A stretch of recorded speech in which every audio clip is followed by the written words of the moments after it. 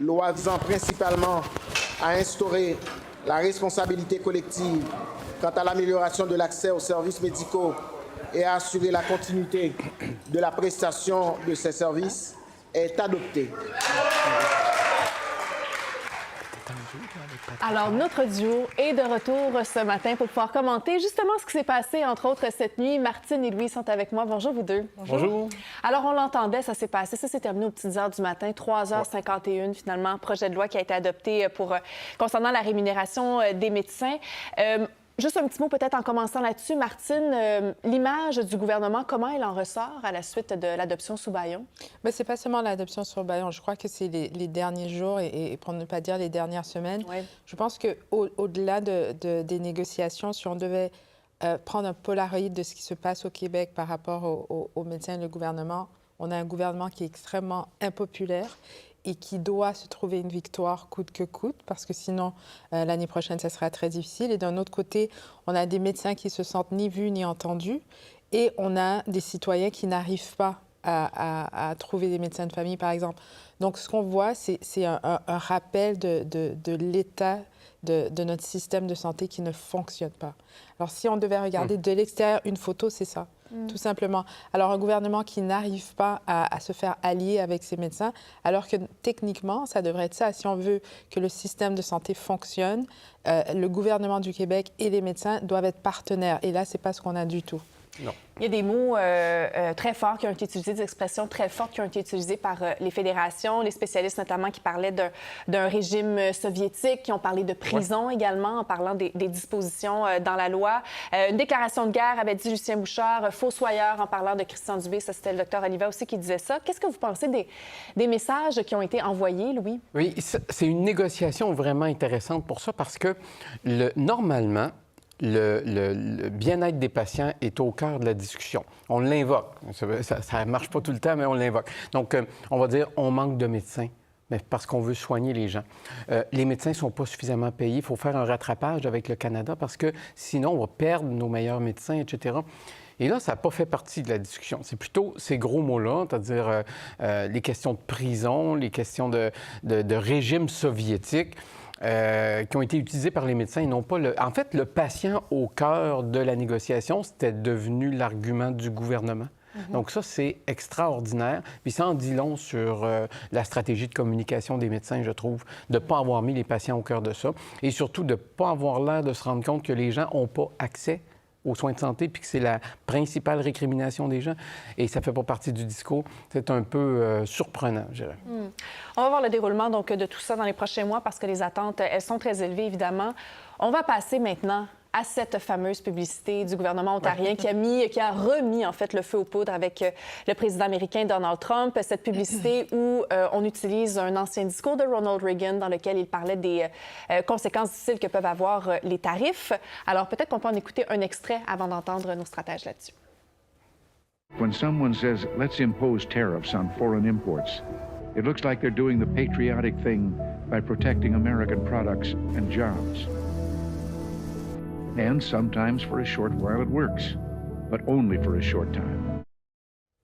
Alors, Donald Trump qui dit que les propos de Ronald Reagan ont été déformés, que c'est scandaleux. Doug Ford de l'Ontario s'en défend. Martine, est-ce que c'était une erreur de la part du premier ministre de l'Ontario, cette publicité? D'ailleurs, il a dit qu'il allait la retirer à partir de lundi. Oui, une erreur, non. C'était un pari comme toute campagne publicitaire est un pari. C'est-à-dire que là, elle a été mal reçue par Donald Trump, mais bien reçue par d'autres, par les citoyens de l'Ontario, par exemple. Alors, il y a plusieurs choses qui ont dérangé M. Trump dans cette... et une partie du Parti républicain. D'abord, c'est que Ronald Reagan, c'est une vache sacrée. Pas seulement pour les républicains, mais aussi pour les démocrates. Alors, quand on l'utilise, on doit faire très attention. Mark Carney avait cité Ronald Reagan dans son premier discours en tant que candidat à Terre-Neuve. Ça s'était bien passé. Et là, quand Donald Trump dit que la publicité publicité est fausse, et ce sont les mots qu'il utilise, il dit fake.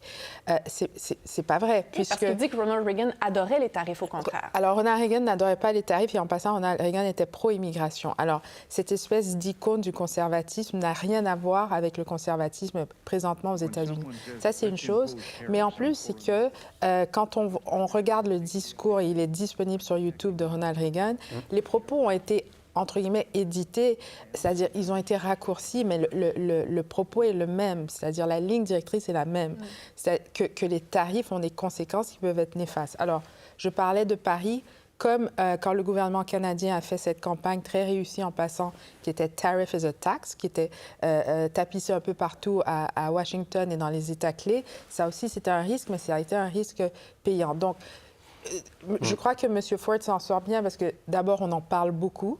Énormément. Là, on est tous au courant de la position de Ronald Reagan sur les tarifs.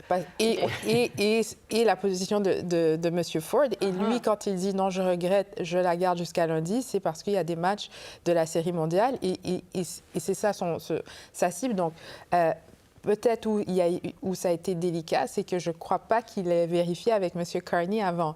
Mais lui, il défend sa province. Il ne défend pas le pays, même si on l'a surnommé Capitaine Canada. Donc, et puis, en plus, il a utilisé des codes que M. Trump aurait pu utiliser aussi. Et que M. Trump parle de fausseté, c'est assez riche. Lui qui falsifie tous les propos et toutes les images possibles. Alors, je crois que le gagnant dans ça est assez clair, même si on dit que les négociations sont sur pause. Oui, c'est ça. Est-ce que c'est une bonne stratégie de la retirer, cette publicité? Mais on dit, c'est ça, on la retire, mais dans 2 jours. Donc, à partir de lundi. Mais ça prend du temps aussi, retirer ça. Puis là, il disait hier, on va la retirer dès vendredi, mais ils ne peuvent pas vraiment, donc ça va jouer ce soir. Donc, c'est un peu complexe. Mais quand même, ça reste Capitaine Canada. Est-ce qu'il perd des points, c'est ça? Parce que malgré tout, il y a quand même des conséquences graves, là, les négociations qui sont arrêtées officiellement. Oui, bien c'est ça. C'est-à-dire que c'était Capitaine Canada, ça demeure Capitaine Canada. Puis oui, il a pris un pari, mais disons que c'est le même pari qu'on prend si on va déranger un lion qui dort, si vous voulez. Donc, puis c'est un gros pari. Et là, en prenant Ronald Reagan, cette figure-là que vous avez bien décrite, on savait que ça allait choquer. T'sais. Puis là, en décidant de choquer comme ça, c'est vraiment une décision éditoriale, bien, ça crée la situation dans laquelle on est. Et puis, Capitaine Canada, je pense qu'il a peut-être voulu bien faire, puis peut-être qu'on l'applaudit en Ontario, mais pas partout au Canada, puis pas partout en Ontario. Donc, les gens du nord de l'Ontario, avec le bois d'œuvre, comme ça, qui cherchent des règlements, puis qui sont face à un tarif de 45 % de plus depuis 10 jours, ils applaudissent moins. Donc, moi, je pense que la casquette de Capitaine Canada, là, il est un petit peu de travers ce matin. Il faudra qu'il la replace ou peut-être arrêter ce genre de... Je pense qu'il n'y aura pas le droit de faire ce genre d'erreur-là souvent. Donc, Mais Doug Ford, qui est dans une province qui est particulièrement touchée par les tarifs là, avec l'industrie automobile, il est comme dans une situation un petit peu à part jusqu'à maintenant. Et c'est pas seulement ça, c'est que là, les négociations sont mises sur pause, soi-disant à cause de cette publicité, mais ça aurait pu être d'autres choses. Parce que ce lion qui dort ne dort pas et change d'humour assez rapidement. Donc, les gouvernements, pas seulement le Canada, les partenaires ou anciens partenaires ne savent jamais sur quel pied danser parce que M. Trump est quelqu'un qui change d'humour très facilement et qui est ultra sensible. Donc, tout et rien le dérange. Et partout aux États-Unis, on a parlé de Ronald Reagan depuis 2 jours. Donc, ça, c'est un gain. Ça, c'est un vrai gain. Alors, ce contexte donc de tension commerciale, on peut dire encore un petit peu exacerbé avec cette publicité, c'est donc le contexte dans lequel s'est ouvert la Série mondiale à Toronto. Blue Jays contre Dodgers, ça ressemble un petit peu au contexte de la confrontation des 4 nations, on dirait, au hockey qu'on avait connu l'hiver passé. Et là, Doug Ford et Gavin Newsom, ils sont allés de cette vidéo. Hi, Governor Newsom. It's official. The Blue Jays are heading to the World Series to take on your Los Angeles Dodgers. That's right, Premier. 2 great teams, 2 proud places. Sounds like a perfect time for a friendly wager. Okay, Governor, you're on. Quelle belle occasion, Martine, de jouer sur la fibre patriotique, bien sûr. Ça, c'est vraiment le genre de manifestation que j'adore parce que on se serait attendu à ce genre d'échange entre le maire de Los Angeles et la mairesse de Toronto. C'est ça la tradition d'habitude. Et on parle de jersey. On dit, si on gagne, vous devez porter notre jersey. Et là, c'est autre chose. Et c'est deux personnes qui dérangent énormément M. Trump. Et c'est l'État de la Californie et l'État... Si c'était un État souverain, ça serait le 6e plus riche au monde. Donc, il y a le plus important aux États-Unis et l'Ontario qui... même en tant que Québécoise, obligée de le reconnaître, qui est la province la plus riche et la plus touchée par ce genre de tarifs. Donc, ça, c'est sûr qu'il y a quelqu'un qui a perdu la tête à la Maison-Blanche et c'est probablement pour ça que je l'aime tant, mais aussi parce que ça rappelle aux gens ce qui est en jeu. Oui, ce qui est en jeu, le côté humain aussi derrière tout ça, Louis. C'est-à-dire la fibre nationale canadienne, ça va être là. OK? On va probablement prendre beaucoup pour les Blue Jays dans cette série-là au Canada. Mais ça reste que le baseball au Canada, c'est pas, même si on a seulement une équipe, ça reste qu'au Québec, on a un souvenir des Expos, qui étaient des rivaux des Blue Jays. Donc, prendre pour les Blue Jays, quand même, c'était comme un peu pour les partisans des Nordiques. Hein? Oui, mais là, il y a Guerrero qui fait le pont. Oui, c'est ça. Il y a Guerrero qui fait le pont. Et puis, mais je regarde à Windsor, c'est les Tigres de Détroit, probablement leur équipe. Les Mariners de Seattle, c'est probablement l'équipe de la Colombie-Britannique. Donc, on a quand même une identité partagée au Canada par rapport aux Blue Jays. Mais je pense qu'on va s'unir. Puis, dans le fond, ça dépend du résultat de la série. S'ils gagnent, c'est une victoire canadienne. Puis s'ils perdent, c'est une équipe de Toronto qui a perdu. OK. En terminant, on a un petit clin d'œil pour vous. C'est en lien avec le cambriolage qu'il y a eu la fin de semaine passée. On en avait beaucoup parlé dimanche, cambriolage au Musée du Louvre, les bijoux qui ont été volés, le stratagème aussi qui a été employé, là, qui semble tellement simple en même temps. C'est ça qui fait en sorte que là, ça suscite un petit peu de moquerie, Martine, par les marques. Oui, alors notamment, il y a Burger King en France qui... Alors, quand on va chez Burger King, quel est le symbole? C'est la couronne en papier. Alors voilà, ça, c'était un super... Et ils l'ont publié le lendemain. Vraiment, le lendemain du vol. C'est rapide, hein? Oui, c'est très, très rapide. Parce qu'il faut dire que dans le cas du vol au Louvre, il y a justement une magnifique couronne qui vaut des millions et des millions qui a été retrouvée par terre. Voilà. Donc, voilà. Et là, le symbole en papier de Burger King. Et l'autre que j'ai trouvé très sympathique aussi, c'est le Whitney Museum qui a fait un clin d'œil à ce cambriolage. Et ce qui est drôle, c'est que d'habitude, il y a quand même une collectivité, il y a une certaine...